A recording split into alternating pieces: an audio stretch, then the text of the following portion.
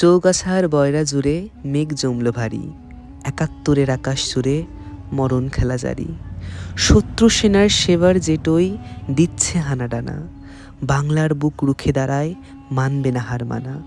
রক্তে রাঙা বয়রা বিলের শ্যাওলা মাখা পানি, বিসর্জনার বীরত্বের এক অমর সে কাহিনী। মিত্রহাতার মুক্তি সেনার জোট বেঁধেছে বুক, শত্রু সেনা দেখল শেষে পালানোর মুখ। আমি এখন দাঁড়িয়ে আছি উত্তর ২৪ পরগনার একটা শান্ত গ্রাম বয়রা।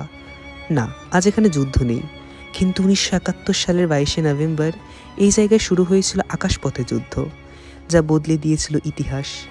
কি এমন হয়েছিল যা কারণ হয়ে উঠল স্বাধীন বাংলাদেশের? চলুন দেখা যাক।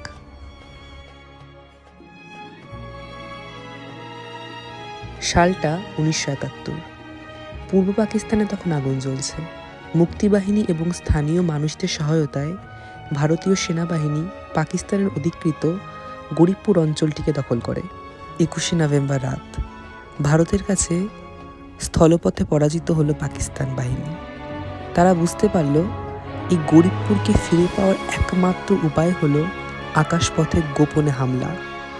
২২শে নভেম্বর দুপুর ২:৪৮ নাগাদ ঢাকা থেকে পাকিস্তানের ৩টি সোভিয়েত জেট বয়রার আকাশে ২০০ ফিট উপর দিয়ে রওনা দিচ্ছিল গরিবপুরের দিকে, মুক্তিবাহিনী এবং ভারতীয় বাহিনীদের হামলা করার জন্য।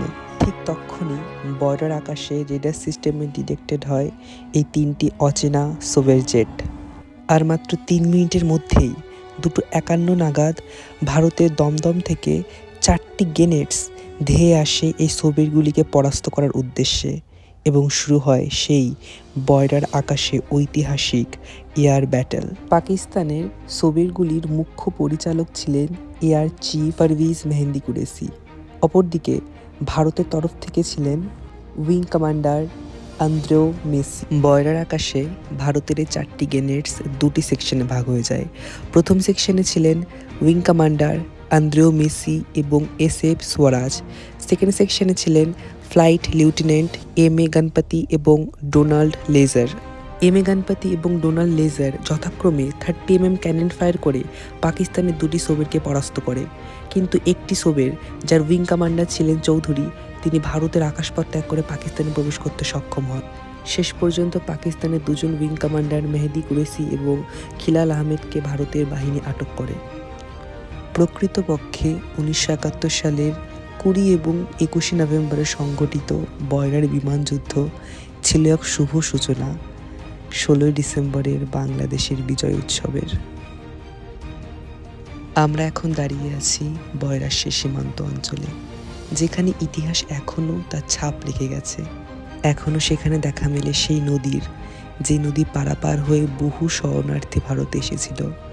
এখনও নীরব হয়ে দাঁড়িয়ে আছে সেই পুলিশ ক্যাম্প, সেই পোস্ট অফিস, যা ১৯৭১ সালের যুদ্ধের সাক্ষী। কিন্তু এই যুদ্ধ শুধু আকাশে হয়নি, এই যুদ্ধ নেমে এসেছিল মানুষের ঘরে। চলুন তাদের অভিজ্ঞতাগুলি শুনে নেওয়া যাক।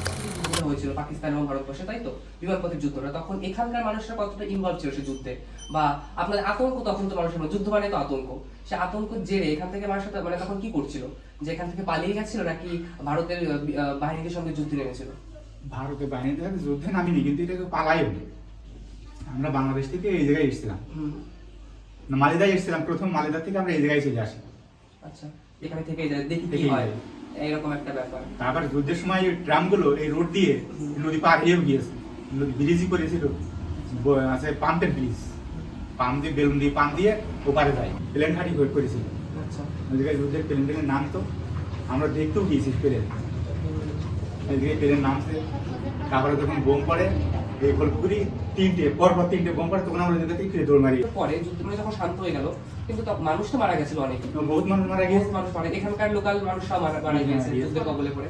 আর যেই বন্দুকের গুলি বা যেগুলো ছিল মানে ঐতিহাসিক যেগুলো প্রমাণ, সেগুলোকে সরকার কোনোদিনও প্রিজার্ভ করেছে, সংরক্ষণ করেছে জিনিসগুলো পরবর্তীকালে? আর না, মানে মানুষের মুখের কথা এখন সেই ইতিহাস, তার নির্দিষ্ট কোনো প্রমাণ নেই। রাজাকার খান তারা খুব অত্যাচার করতো, মানে ভারতীয়দের প্রতি খুব অত্যাচার করতো, এমনকি জানতো মানুষ তারা না মেরে মাটিতে পুঁতে রাখতো আর কি। গ্রাম তৈরি হয়নি, ফাঁকা ফাঁকা দু একটা মানে মানুষ বসবাস করতো তখন।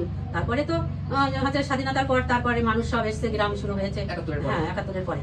যারা স্থানীয় মানুষ ছিলেন যুদ্ধে কি তারা ইনভলভ হয়েছিলেন?